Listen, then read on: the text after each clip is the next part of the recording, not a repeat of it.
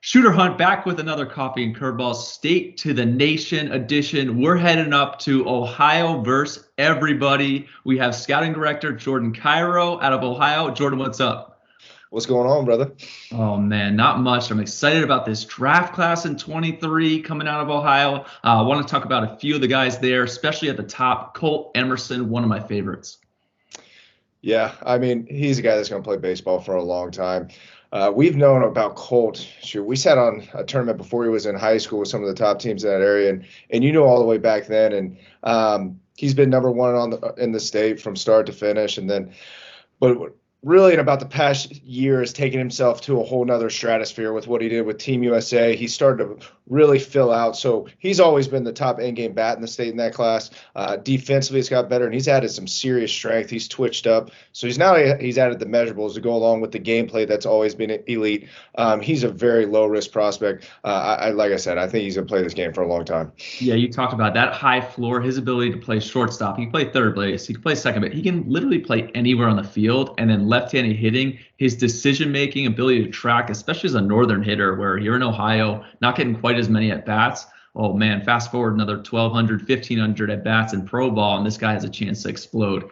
The best thing that you told me early on about Colt Emerson, though, he's a winner. And that's what we love to see about guys like that who have a chance to really succeed. But he's not alone. We got some high heat coming from a left-hander named Colton Hartman. Yeah, dude looks the part, man. 6'3", 225, built like an Under Armour mannequin. He's the first guy that comes off the bus for Lebanon for a good reason. But, yeah, you just said it. I mean, up to 95, he'll sit in that 90 to 94 range, firm breaking ball, consistently working on his craft. And I'm excited to see him throw this spring because was a legit two-way guy there for a while. Like, if he was just a left-handed hitter, I think he would have gotten some draft looks as well.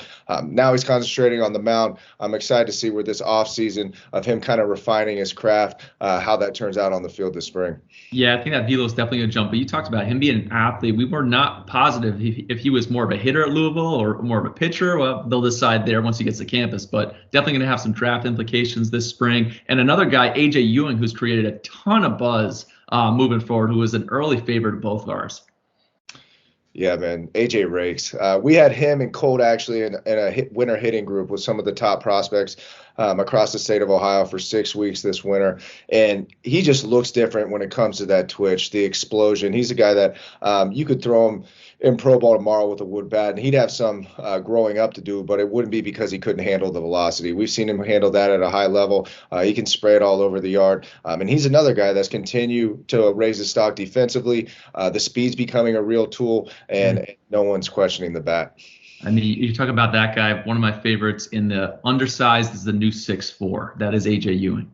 But moving forward, some preseason standouts, and that Ohio Pro Case has really blossomed into a marquee event to kind of kick off the spring in the preseason sense of it, where all the top names are there. We get to see all the big arms, all the big bats. Everybody comes together to say, I'm the best. But at the top you have here 2026, who I was a huge fan of last summer. Dying to see him this summer, what he's been able to come up and show. But Parker Van Engelhoven. This guy's a dude, man. And I don't want to put too much pressure on him early, but he has all the physical traits to be one of the best prospects to come out of the state in a long time. And what you said about Colt Emerson, what we saw about Colt at a young age, when it comes to the intangibles, Parker is cut from the same cloth, a very business-like approach. He knows he's there for a reason. The moment's not too big for him. Last year at the Junior Future Games, he threw in front of like 10 Division I schools. I mean, we could have very easily taken him on the regular Future Games team, but now he's 6'4", and he's not even close to his physical ceiling. Up to 87, pitch ability through the roof. Dad was a Division I pitcher as well, so just the bloodlines, the physical ability, the upside, and the intangibles. I'm a huge fan of this guy right here. Oh, yeah. Frame, square shoulders. He's just oozing potential. I'm looking at a guy here who showed up to the Super 60, had some big heat on the mound there. I think he's got some upside, going to create some swing and miss, but Evan Shapiro. Yeah, I mean, you could probably speak to this as better than I could, to be honest, because I hadn't seen Evan in a little bit. He was dealing with some injuries, came back healthy, and he was kind of the shock of the winter. Like, you're scrolling on Twitter one day, and it's like 96, and you're like, whoa, where'd this come from? But before that, I mean, he was a 6'7" guy at the Future Games. He's a guy who left with a ton of offers from there, going to one of the top pitching programs in the Midwest with one of the best pitching coaches in the Midwest for his collegiate career. So he's a guy that really popped this winter. Has a ton of stuff for Coach Burkbeck to work with. I'm excited to see where he's going to be in a few years if he makes it to Kent State's campus. But I'm excited to see him get coached by Coach Burkbeck. There's a lot of programs that they call mid-majors, especially in Ohio, that are just absolute arm farms and just produce guys. And that's when I was watching Chiero at the Super 60. I'm looking at like, this guy's going to go to Kent and be throwing 100 easy. Like these guys just roll out dudes. So I'm excited to see what he does there. But heading into the 25 class, we're talking about an explosive athlete with some electricities on both sides of the ball, dual potential, Luke Papano. Yeah, he's a part of that three-headed monster at the top of that 25 class where take your pick with those three. But when you're talking about Luke, he transferred to Moeller this year as if they needed more talent. He was up to 89 on the mound, explosive athlete offensively. I didn't know how fast he was. He was at the state games this year. I've seen, obviously, the numbers, but he hit a ball down the right field line, wrapped around first base, and just to see him catch another gear around the bases, he's a big-time athlete, man. The bat speed's through the roof. He hit one of the furthest balls in BP I've ever seen at that stadium. So I'm not sure what he is yet, like what he ends up being, but I'm pretty sure he's going to be really good at something. And you know what I love about him, and this is one of the bigger compliments that I could throw out there. One, hates to lose. Two, not scared. And that's what he is on the field. He's at Moeller, top program in the state right now, nationally ranked. So they're going to have him for the next 3 years, which is very exciting. But another 25, you're talking about that three-headed monster. Hunter Richardson, vertical approach darling. What do we have on him from the preseason? Huge fan here. I think he's gonna have every chance to be the number one guy in that class before it's all said and done. He has the size, he has the stuff, up to 87. Secondary is above average across the board. But I got to see him throw multiple times last spring as a freshman for one of the state's top programs. And this dude just absolutely carves, fills it up.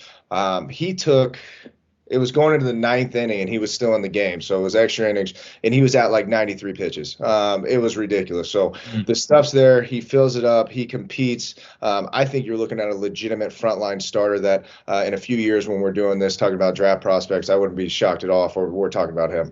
I completely agree. That velocity is going to continue to climb. Competes on the mound, just a quality, silky smooth mover down the mound with that quick arm. And then one more 25, again, out of Moeller. Zion's electric, man. And he's kind of like the Pied Piper in that class. Like at the pro case, he was just a young sophomore, but everyone, when he was coming up to throw, all the players were like, hey, Zion's about to be up. Zion's about to be up. They're all expecting to see 95. Didn't quite get 95. It was 92 on that day, but he's a big-time athlete too.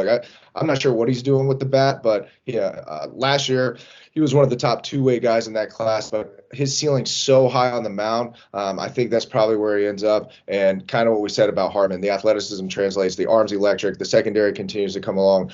He's going to be a guy that might lead the state in strikeouts before it's all said and done. Oh, definitely challenging guys, whiff city in the zone with that fastball, dynamic down that mound. Love watching Zion out there. Shifting over to some uncommitted underclassmen. Every year we go into the summer, the college coaches are hunting down because they know Ohio's going to bring out a square-shouldered 6'3" guy who really fills out the uniform well. We go to the future games, junior future games, wherever it is. Who are the guys that people are going to be hunting down there? At the top here, you have a kid named Ben Hanley out of Mason High School, right-handed pitcher in the 26 class.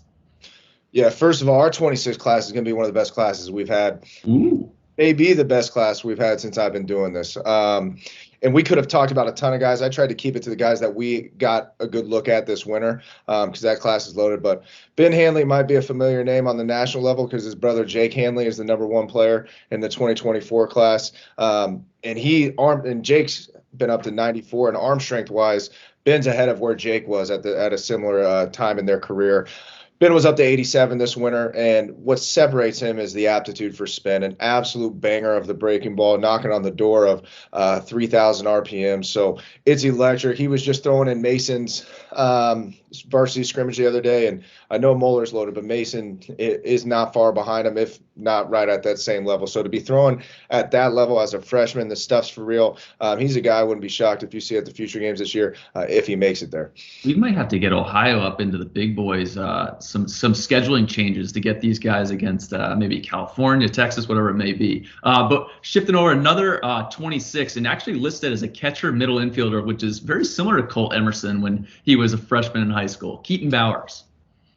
Keaton's a guy that's already on several radars, has a couple Division I offers right now. And what I like about Keaton is he's a guy that's not even near where he's going to be physically. Kind of like you hit the, I don't like using the name Colt Emerson in comparison to many people, but similar into the fact where the gameplay is already there. He had a home run at the Junior Future Games this year, sprays it all over the yard, just a ton of feel for the barrel. He's athletic. He's a quarterback for their football team. He'll look the part in the middle infield. I wouldn't be shocked at all if he gets on the field as a freshman at Hilliard Bradley, another really talented high school program in Columbus.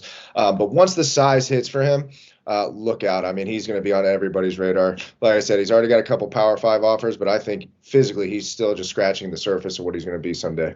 But those guys on Shooter's short list right there definitely must follows this spring. Heading back to the 25 class, we got a southpaw out of Lake High School, Noah Kabaski. Yeah, he is a guy that we saw at the top prospect games last year, and it was definitely a lot to like in the upper 70s. Got across 80 a few times and then showed up this winter and threw 2 electric bullpens. He's up to 6'3", 210 right now. Arm plays and saw him up to 88. He was in that 86, 88 range. Secondary is more than serviceable, but you're talking about a big physical left-handed arm that doesn't labor on the mound at all. The ball comes out easy. So he's a guy that he's going to put college coaches in the stands. He's probably at the top of the list, I would assume, for Division I coaches to go in the state of Ohio to go out and see this spring. Awesome. And wrap us up with Ryan Sudbrook, a middle infielder in the 25 class. This is my pick to click, one of the sleepers in this class. Yeah, his brother, Troy, was 6'3", 220 before it was all said and done. He was a University of Toledo commit. And Ryan's much more of a pure mover at the same age. And we saw a big-time jump in measurables this spring. 7 flat runner, 85 across the diamond, 96 off the bat, and he's only 175 pounds. So if he follows the same trajectory as Troy, you're looking at a legit middle infielder. And if he ends up being 6'3", 220, look out, man, because he's going to be explosive, and he's as pure of a mover and as a reliable defender we have in that class. I mean, it seems like everybody coming out of Ohio is about 6'3", 220, 215, square-shouldered, long frame. But, Jordan, thanks a lot for hopping on here. This has been State to the Nation, Ohio. We'll see you next time.